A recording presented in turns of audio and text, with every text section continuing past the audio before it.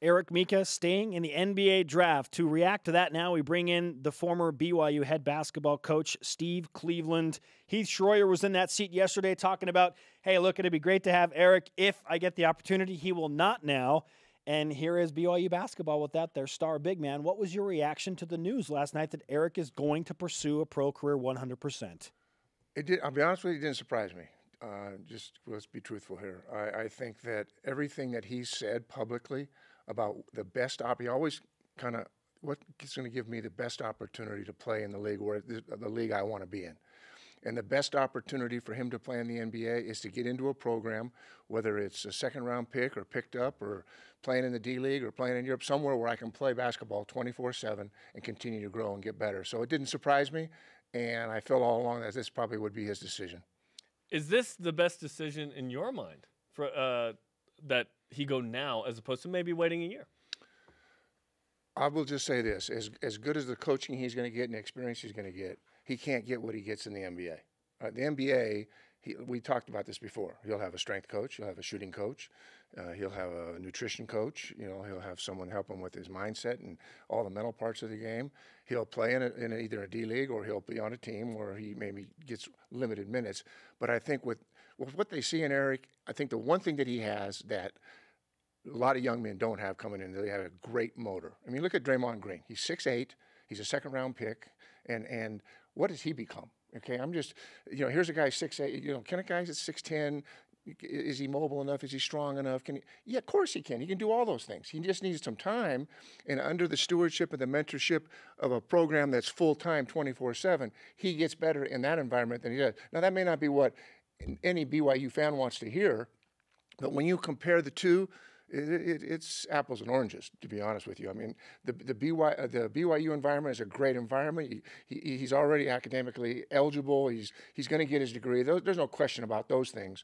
But the opportunity to play 24/7 and get better is the quickest way for him to find out if, in fact, he can play in that league. Steve Cleveland with us in Studio B talking about Eric Mika and his decision to remain in the NBA draft.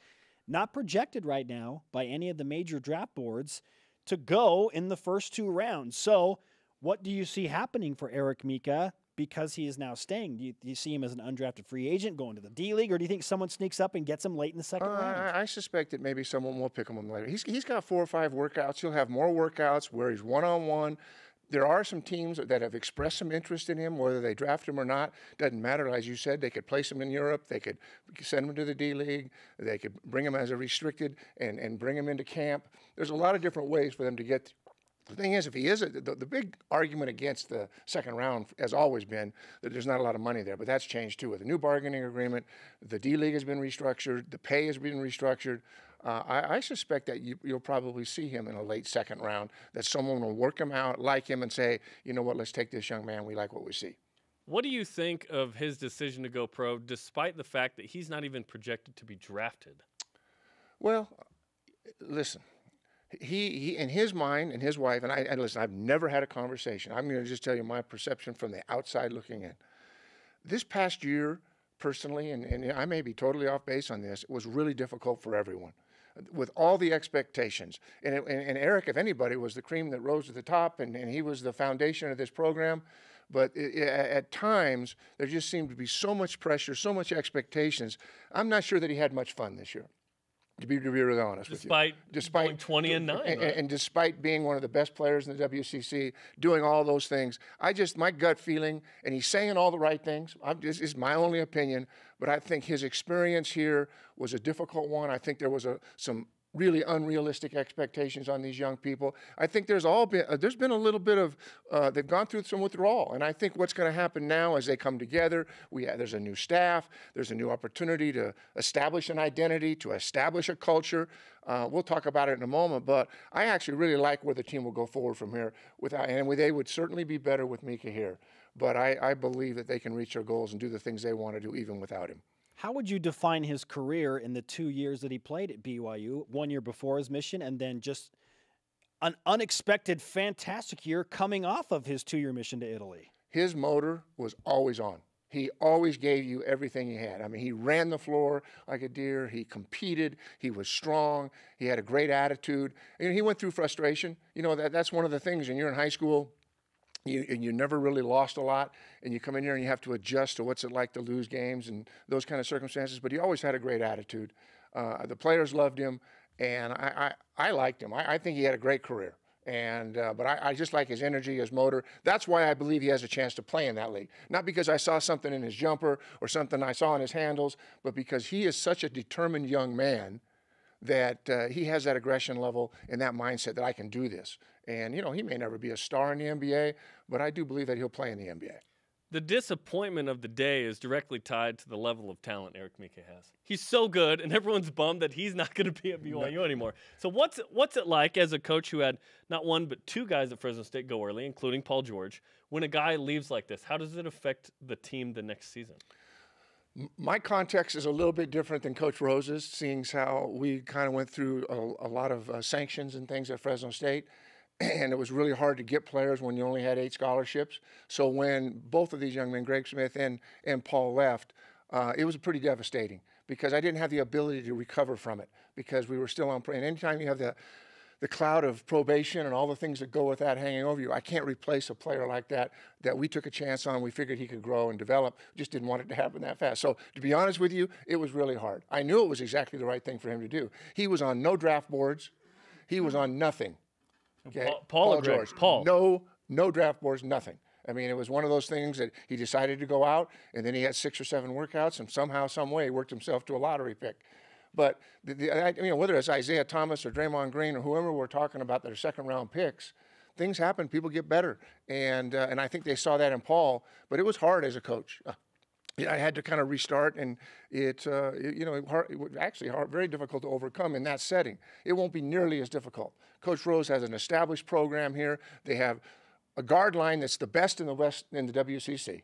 Okay, when you include Celius there, when you include the new point guard from Chipola, you have and Bergeson from you've got the best guards in the league and with experience. And with experience now, it's not just freshmen coming in. There's no team in this league that has the depth and the talent of this guard line. Not saying they don't have good guards, but the depth and talent, no one's as good as BYU, and they're going to get better.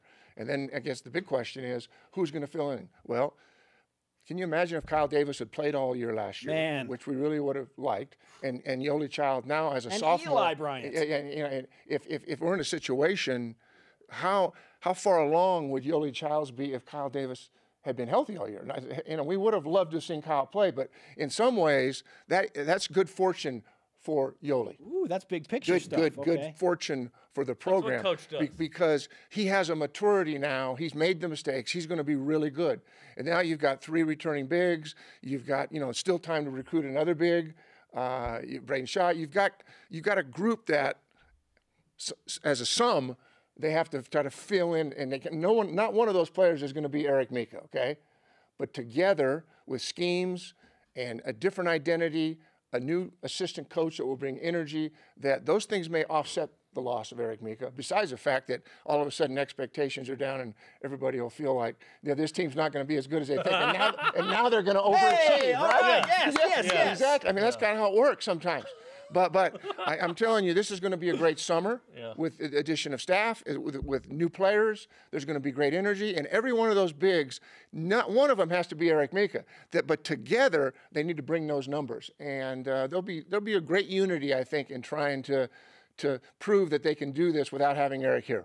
To some degree, the finality of the Lone Peak 3 and kind of closing the book on that, I almost feel like that will enable TJ Haas and Nick Emery to be able to maybe excel at a higher level. A hard reset can be a good thing. In a weird way, without Eric, No maybe question. they'll be in a better position. I don't know. I agree with that.